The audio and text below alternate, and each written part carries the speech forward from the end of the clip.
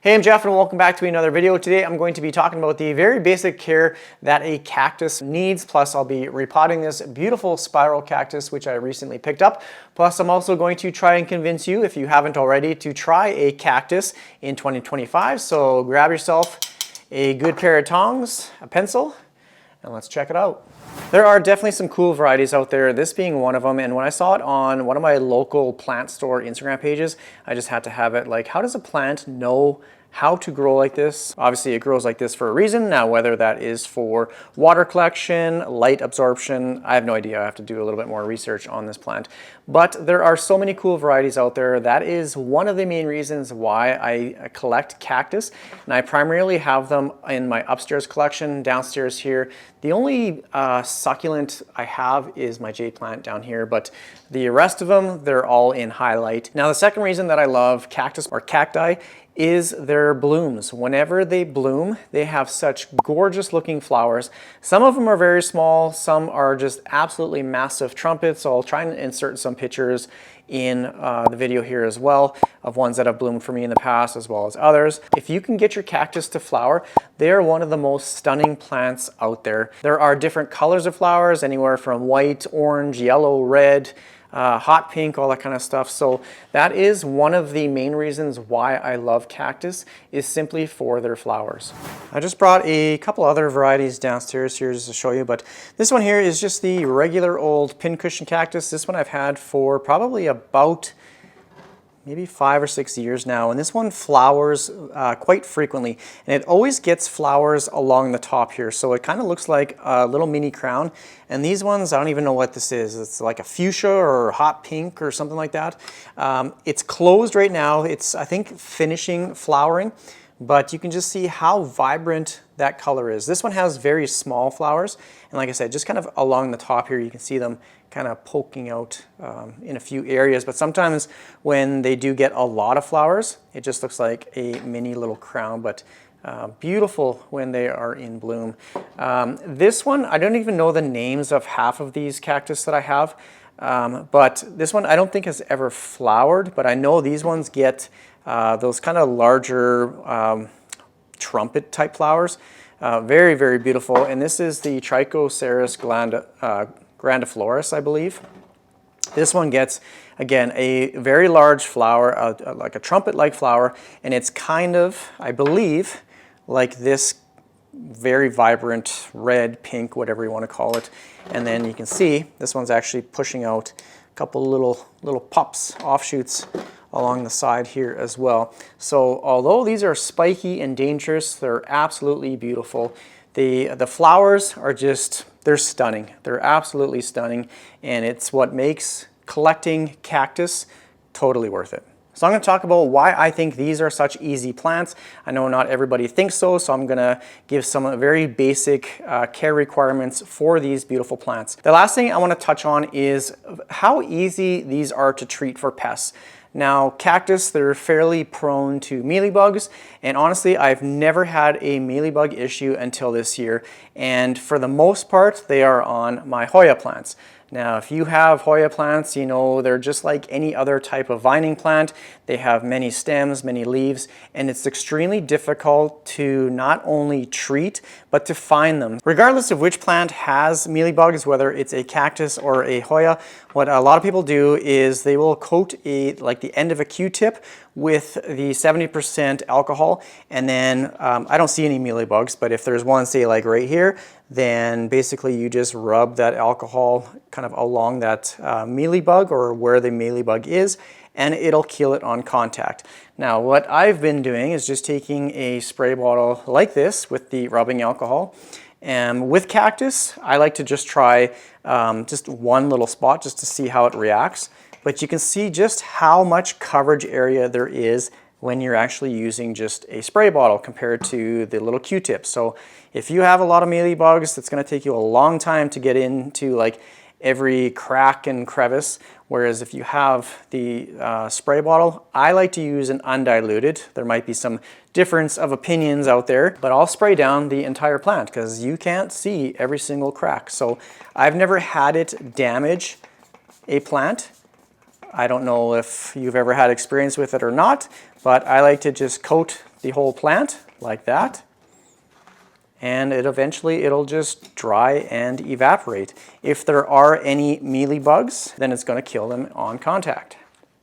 So this is just my method of doing it. I haven't honestly done a lot of research or anything like that, and like I said, there might be a difference of practice or opinion. So let me know what your treatment is with mealybugs. And I like to just coat the whole plant like that and then just let it dry. And you can see pretty much every little crease and crack is coated. It doesn't have to be a ton, like you don't have to absolutely saturate it so it's like dripping off, but just enough that it coats the entire plant and every little space. So when I say I'm going to convince you to buy one, I know these plants aren't for everyone, but in just their regular form, they are super cool looking, and then it makes it worthwhile if you can get them or once they flower. So now for very basic care, and just like I say with all of my house plants, probably the number one thing for these plants, well, definitely the number one thing for cactus is light. You want to make sure that they get the brightest window in your house. They have to get at least 6 hours of bright light throughout the day. Otherwise, they're pretty much a goner. They will not survive. They will not thrive. They need bright light. So you cannot put these on a coffee table or on your kitchen table, even a few feet back from a window. They have to be in your brightest window, which is typically a south or west facing window. If you can give them the proper light, then they will be extremely easy to care for. If you don't have good natural sunlight, even if you have a south facing window, it might be blocked by a tree or other structures, that kind of thing. If it doesn't get good light, then you can supplement it with a grow light. There are many different styles of grow lights. These are the vertical Barena T10 grow lights. I do have some hanging pendant ones if you want a little more of a fancier look. This is the Soltech Aspect grow light. It's absolutely beautiful. There's a discount code in the description of the video as well. Or there's cheaper options. These are the Sansi gooseneck grow lights. I just clamp them on the shelf and I use them for my jade plant. This one does not get any natural sunlight. It is all from artificial light and it absolutely loves it, and it's thriving under these grow lights. The one nice thing about a grow light is it is very consistent. There are no cloudy days when you have a grow light, and it gets consistent light. I have mine on timers for about 12 hours a day, and you can see it's probably, like a few inches from the leaves, and this jade plant is getting beautiful sun-stressed leaves. When they're getting high light, they tend to get a little bit of red or even pink, sometimes yellow, along the leaf margins. Now obviously the closer the light is to the plant, you're going to be receiving more light.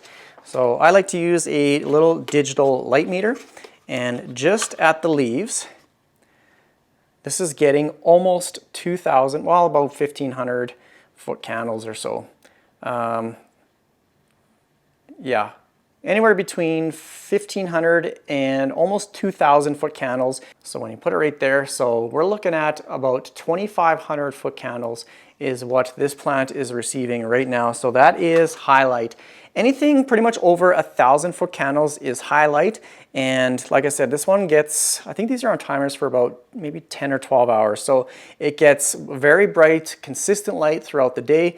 But if you have yours in natural sunlight, you want to make sure that you have it in bright light for at least 6 hours a day. It's no different for cactus compared to jade plants. You just want to make sure you put it in the best, brightest location that you have. Now, it's not very often that you'll hear me mention the soil type as the second most important thing, but for cactus plants, it absolutely is. You definitely don't want to put it in a tropical mix or just a regular potting soil. Those are more peat-based or peat moss-based, which is meant to retain and hold moisture. This is the complete opposite of what you want for cactus plants. Cactus, they like to be thoroughly watered, but they don't like to sit in soggy soil or wet soil for very long, just because they have very thin fibrous roots. I'll take this one out of the pot here in a moment. Now, this is what I've been using for pretty much all my cactus and succulents, is the VeryPlants succulent mix. The reason why you want like a mixture like this is it provides a lot of airflow to the roots, it provides good drainage, and basically the water just flows right out the bottom. So there are soil mixtures as well. I know ProMix does make a cactus and succulent specific soil, and I've actually used it for quite a long time and with pretty good results. So it's been formulated for cactus and succulents, and I believe some of the amendments in the soil is actually sand and perlite and that sort of thing. So as well as most times they do have fertilizers. So it's a good alternative if you don't like kind of the chunky rock mixture. Just make sure that you buy a cactus and succulent specific formulated soil, whether it's a commercial variety or you can even Google ingredients to use for a succulent mixture and you can make your own if you want.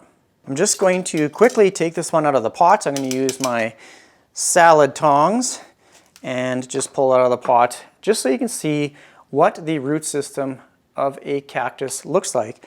So for the most part, for the size of the plant, it's a small root system, but it's very, very thin. Like you can see how thin, oh, that one just fell off. You can see how thin these roots are. So when you have a plant that is sitting in soggy soil for too long, you can easily see why these roots rot really quick, and then your plant will decline, and then it's pretty much a goner. So that's why it's important to put it in the right type of soil. Now I'm going to talk about the type of pot as well as the size. For all of my cactus, I like to use terracotta. It's very porous, it absorbs soil moisture lower in the pot, and it helps it evaporate faster just so it can dry out a little bit faster. Now you can definitely grow cactus in plastic pots, but you just have to keep an eye on like how long the soil is staying wet or damp for. And if it's staying wet for too long, then you might have to transfer it over to a terracotta pot, but most times it's just because of the amount of light that your plant gets. If it's getting sufficient light and you have it in a plastic pot, then it really shouldn't be an issue. Now for pot size, you definitely don't want to go with something too large because again, the larger the pot is, the more soil there is, and the longer it'll take to dry out. So what I like to do is just have a pot that is slightly larger than the plant itself or the cactus itself. So over here, I selected two different size terracotta. This one, it's I believe a 4-inch, and this one might be like a 3-inch or something like that. So I'm going to take my tongs. I don't want to get poked, so I'm just going to size up the plant. So you can see slightly larger than the pot it was in. Now, either or isn't a wrong or bad choice. Like this one isn't a bad choice. It'll give those roots a bit more room to expand in. This is not like an excessively large pot for this plant. And I might use this one just because if I put it in this one, I'm probably going to have to upsize it sooner than later anyways. So something like that, this size pot would be sufficient. I wouldn't go anything larger than this one. So yeah, it's only slightly larger than the root ball itself. Now for this one, I'm just going to loosen up the soil just a little bit. I'm not going to knock off all of the soil just because I don't want to damage these roots. So I'm just going to lightly pick away at this. It's not like super root bound. The soil isn't rock hard, so I'm not really concerned about the plant not being able to absorb the water or moisture. So this is pretty much all I'm going to do for it. Just knock away some of the soil like at the bottom. And then I'm just going to place it in its new pot. And eventually those roots, they will expand and they'll find their way out to the bottom as well as the edges of the pot. Over time, it's probably just going to wash away a lot of this soil that's around the root ball. So I'm not worried about like spraying it off or anything like that. But I am worried about if I have enough. Oh, I should have enough succulent mix. I'm just going to put a little bit at the bottom. I'm going to put it right there, and then I'm just going to add in the soil or the gritty mixture just around the sides. I should probably be wearing a mask. There's lots of dust. I'm going to go get a mask. Stand by. Okay, I feel like Darth Vader right now. I got my mask on. So now all I'm going to do is just finish up with putting in the new soil here. So you want to make sure obviously it's centered. Look at all that dust. You definitely don't want to breathe that stuff in. And then you can use your pencil and just poke it all down kind of around those roots. around the sides, something like that. So it's nice and center. So it looks something like that. I just want to make sure it doesn't flop over, and I'm going to put some around the sides here too. I am going to give this one some water. It was pretty dry. Those roots looked a little crispy. Now I know there's plenty of debate out there whether or not to water a plant after repotting. My rule of thumb is I will water the plant after a repotting if it needed to be watered before I repotted it. So I know that can be maybe a little bit confusing, and some people might say that you should give the plant a chance to repair those roots, but this one needed to be watered, so I'm going to water it. Before I give this plant water, I want to talk about when to water a cactus, and really it's dependent on the type of season it's in. Right now we're basically in the middle of winter, it's the beginning of January, so the days are shorter and the sun is less intense compared to in the summer months when the days are longer and the sun is just a lot stronger and hotter. So throughout the winter months, I probably water my cactus in natural light, probably about once a month, maybe once every 3 weeks. But the most important thing is you want to make sure that the soil is absolutely bone dry, and then you can give it a good thorough watering. With my cactus that are indoors throughout the summer, I probably water maybe once every 10 to 14 days, so about once every 2 weeks. If you take your plants outside, you just want to make sure that you slowly acclimate it to higher light, so put it in pretty much a shady spot throughout the day, and then give it some morning light, and then slowly introduce it to bright or full sun. Now, with your plant being outside, it's not only adapting to the higher light, but also to the heat. And if you have your cactus outside, it's pretty much going to explode with growth, because not only do they love the bright light, but they love heat as well. So if you have a cactus outside, you might have to water it once a week, or even a little bit more than that, maybe once every couple days. So depending on the conditions that you give it, the heat, humidity, all that kind of stuff. So just pay attention to the soil. A lot of times it's, for me, simply by the weight of the pot. Right now it's pretty light. After I give it some water, I'm going to feel the pot heaviness again, and it'll be substantially heavier, and that's generally how I know whether a cactus needs to be watered, is if the soil is absolutely bone dry. Sometimes you might see like a little bit of wrinkles or that sort of thing, but then your cactus is pretty much, yeah, it's gone too far. You don't want to let it get too dry, but just when the soil is bone dry. So for watering, I just use filtered tap water, and don't do this. That is not enough water for any succulent or cactus. I like to thoroughly saturate the water, or sorry, thoroughly saturate whatever growing medium it's in. I can give it this entire can of water, and it's not overwatering it. Overwatering stems from the idea that the plant is sitting in soggy soil for too long. So that's when you run into the root rot issues. I'm going to dump this entire pot of water in. You can see how well draining that is. It just basically goes right through, and it's coming out the bottom. And it's also cleaning off that dusty material. So I'm just going to lift it up here. You can see just how quick that drains. Sometimes the drain hole, if it's not draining super fast, the drain hole might be plugged by a pebble or something like that. So you can just poke out the bottom, and then the water will come gushing out. I'm going to try that with this one. I'm going to fill it up with some water. Like that. It's draining out the bottom, definitely, but I'm just going to poke there. So it just comes out much faster. There's just a little pebble or something blocking the hole, so it's flowing now. So just like a faucet, you just want that water to drain right through. Now I can definitely feel the pot is much heavier, and it's thoroughly watered for sure, but just for demonstration purposes, like I said, I'm going to use the whole pot, or the whole container of water, and this is not over watering. So that is how I water my cactus plants. A lot of times after you give the cactus a good watering like I did, and then you put it back in its spot, you don't often check the saucer. But as you can see, there's quite a bit of water that is in the saucer. So you want to make sure that you empty out like check back 15-20 minutes later and empty out any excess water, because you definitely don't want that the cactus or the plant and the pot sitting in that standing water. So it's probably going to drain for a little while. So yeah, after 15-20 minutes, just go back, check on the plant, and empty out any excess water like that. I just picked up this little wee pencil. Yeah, I just have random pencils everywhere, and I just found this one on the floor the other day. Here is my working one.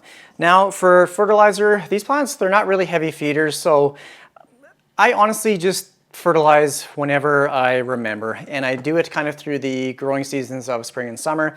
When they're in artificial light, like I said, there's pretty much no seasons, it's just consistent light. So you can give it fertilizer maybe like once a month, regardless if it's under grow lights or in natural sunlight. As long as the plant is growing, it's receiving enough light, then you can fertilize. I like to use, or I do use, just this little cheap cactus fertilizer. It is a 277, so it's the nitrogen, phosphorus, and potassium.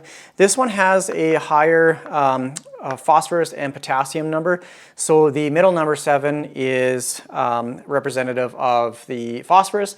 Phosphorus aids in bloom growth, I do believe. I'm not an expert with fertilizers, but the nitrogen, the first number, promotes leaf and root development. So if you want nice, luscious, large green leaves, you want a higher nitrogen. For the phosphorus, if this number is higher, then it promotes fancy blooms, blooming plants. It just helps it grow flowers. So that's what this is. I use it, and basically what you do is, it says to add 7 drops, so it's got a little dropper. You just fill up your little dropper, put in 7 drops in your watering can. This is, I think, like a 1 liter can.